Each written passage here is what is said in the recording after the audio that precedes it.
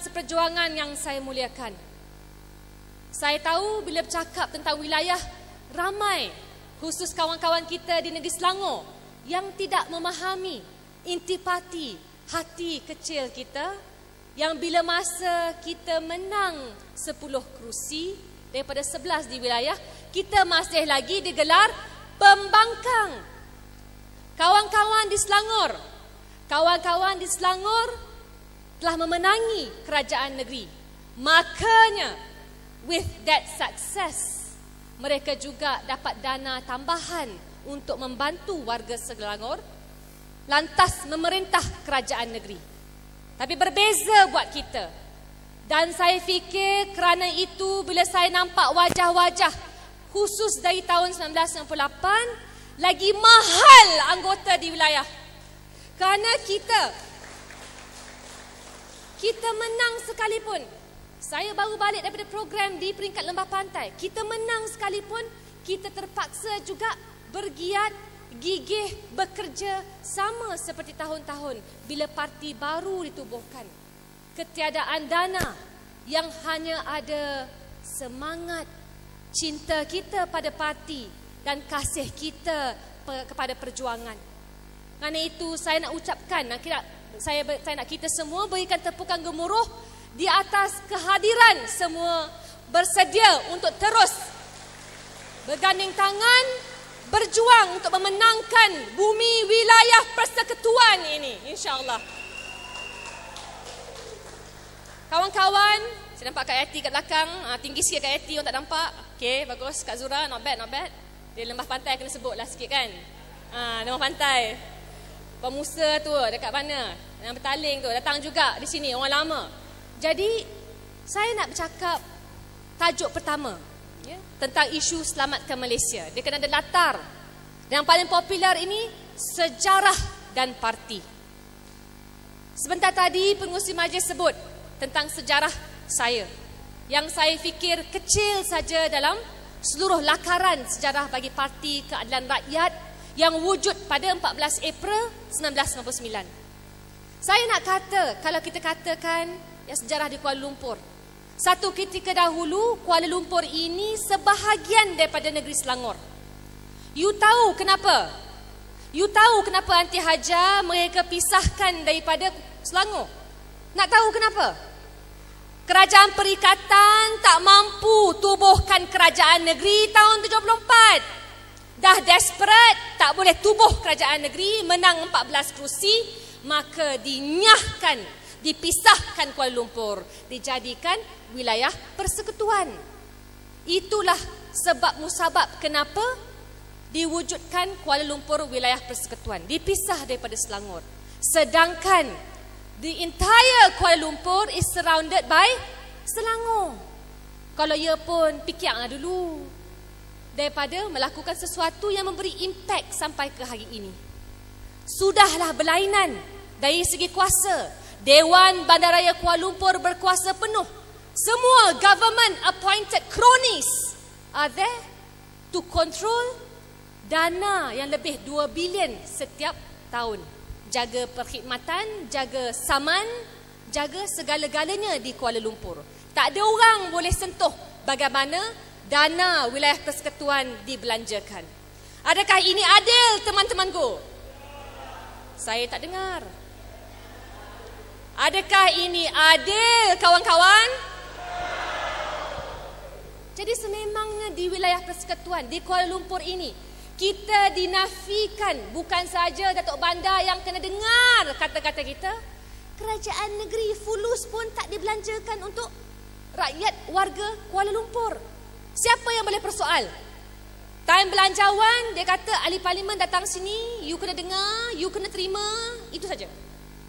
Dia tak bagi peluang untuk kita tolak ke alam flora, pilih ke mana-mana, tidak. Yang kita kena buat, kena terima telan. Kena saman telan. Orang UMNO dapat tapak penjajah telan. Dekat-dekat pilihan raya dapat kawasan PPR. Kalau ketua cawangan UMNO dapat 5 telan. Yang boleh hantar pada SPRM. Dah hantar pada SPRM, tak boleh bagi tahu pada media. Katanya bawah section-section tertentu. Ini sejarah Kuala Lumpur, ibu kota kesayanganku. Itu satu. Nak bercakap balik kepada intipati. Keadilan ini dia subur daripada Kuala Lumpur. The urban poor, miskin bandar. Itulah pengukuhan kita Parti Keadilan di Kampung Baru. Di situ segala-galanya bermula. Saya nak sebut satu perkara lagi yang kita patut syukuri. Bila wujud keadilan, bila menang 10 kerusi, barulah kerajaan BN lepas 54 tahun memerintah. Dia kata apa? Dia kata kita perlu menerima pakai konsep miskin bandar. Baru nak tubuh Kementerian Wilayah Persekutuan dan Kesejahteraan Bandar. Kesejahteraan bandar ini dipilih, dilaksanakan kerana dia tahu orang KL pandai-pandai belaka tak nak sokong dah kerajaan BN secara buta. Mereka dapat celik, mereka tahu bahawa dana segala kekayaan negara itu, pembayar cukai yang bayar itu langsung tak dapat dibelanjakan mengikut pengetahuan masyarakat ramai. Jadi ini penting, sejarah dan parti sama seperti parti kita. Saya di sini sempena dipawali lah nak sebut salah seorang pemenang Nobel Ekonomi namanya Amartya Sen. Dia menang tahun 1998. Dia buat satu buku konsep disebut The Idea of Justice. Idea keadilan. Mungkin orang tak kenal. Saya nak kata kenapa istimewanya Amartya Sen ini. Amartya Sen mengenali Datuk Seri Anwar Ibrahim. Dia dijemput oleh khazanah untuk datang ke Malaysia, beri ucapan untuk rakyat Malaysia lah dengan kerajaan Malaysia. Dia boleh jawab, dia asal daripada Kerala. Dia boleh jawab pada kerajaan Malaysia, dia tidak bersetuju kerana rakannya Anwar Ibrahim sedang dipenjara pada ketika itu. Ini Amartya Sen, kawan yang tahu bahawa perjuangan ini menuntut sampai ke tahap itu. You dah menang pun Nobel Prize for Economy, tapi you boleh sedar ada kezaliman di negara luar, tapi perlu ada keberanian untuk lawan. Inilah Amartya Sen. Maka bukunya The Idea of Justice, dia kata kadang-kadang orang sering sebut John Rawls. John Rawls ni pemikir Inggeris, dia kata the theory of justice. Kita kena tunggu institusi kehakiman, kita kena tunggu institusi SPRM, kita kena tunggu institusi PDRM dan undang-undang untuk jadi sempurna, baru rakyat boleh hidup dalam keadilan. Amartya Sen kata tidak. You do not have to wait until the institutions get better. You kena pastikan daripada unit keluarga, ibu kita, ayah kita, anak kita, jiran kita, parti kita sekecil mana pun, daripada peringkat permulaan kita tahu you must fight for justice. Ini ideanya yang saya nampak merupakan intipati bagi keadilan. Saya bersama keadilan dengan ramai lagi ahli bagi parti buat kali pertama. Saudara Ten Chua juga, Saudara Wong Chen juga, Nik Nazmi dan ramai lagi yang ada di hadapan saya. Saudara Wawa kat belakang tu.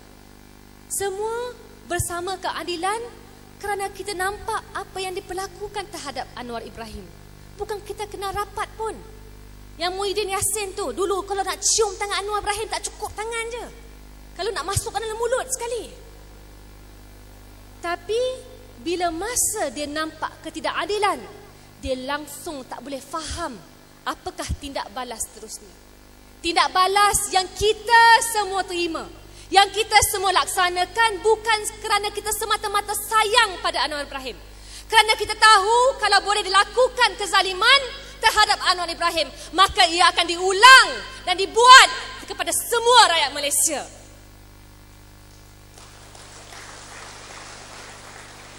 Sesiapa yang tak bermaya, itulah yang dibuat.